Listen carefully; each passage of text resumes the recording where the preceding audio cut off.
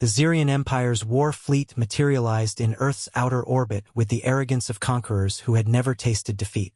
Admiral Kethvar watched the blue marble spinning below through his flagship's viewport, his multiple eyes gleaming with satisfaction.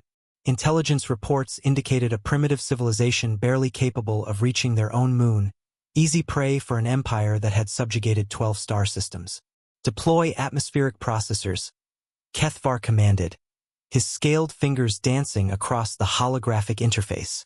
Begin standard pacification protocols.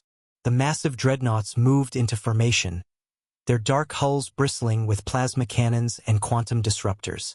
Each vessel carried enough firepower to glass a continent. The humans below would surrender within minutes of witnessing their technological superiority, just like the others. But something was wrong. Lieutenant Commander Elena Rodriguez sat in the buried command center beneath NORAD, her fingers flying over controls that officially didn't exist. Around her, technicians monitored arrays of screens displaying data streams that would have been incomprehensible to anyone without clearance-level Omega Black.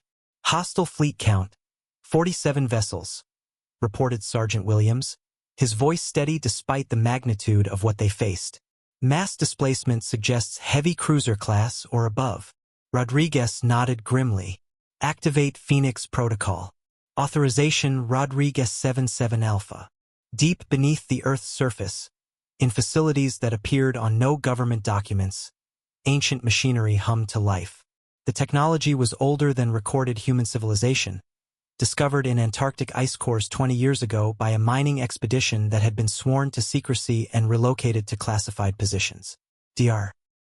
Marcus Webb, the project's lead scientist, watched readouts that defied conventional physics.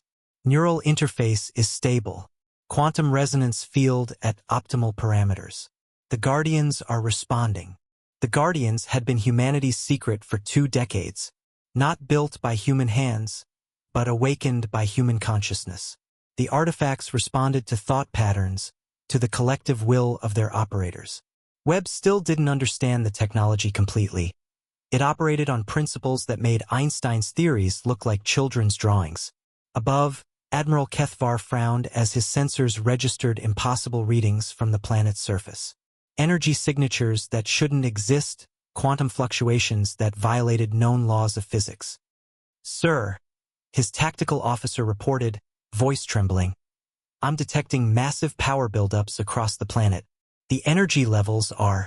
The transmission cut off as space around the Xerian fleet began to twist. Rodriguez felt the neural interface sync with her thoughts, the ancient technology reading her intentions and amplifying them through quantum fields. Around the globe, 46 other operators did the same, their minds linked through the Guardian network. The effect was instantaneous. Reality folded around the Xerian vessels like origami made of spacetime itself. The massive dreadnoughts, each weighing millions of tons, were compressed into points of impossible density. Their shields, designed to withstand stellar radiation and plasma bombardment, offered no protection against weapons that attacked the fundamental structure of existence itself. Admiral Kethvar had 3 seconds to realize his mistake.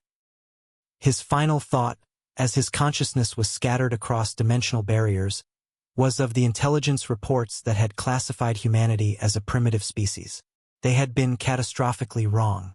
In the NORAD facility, Rodriguez slowly disconnected from the neural interface, her hands shaking slightly.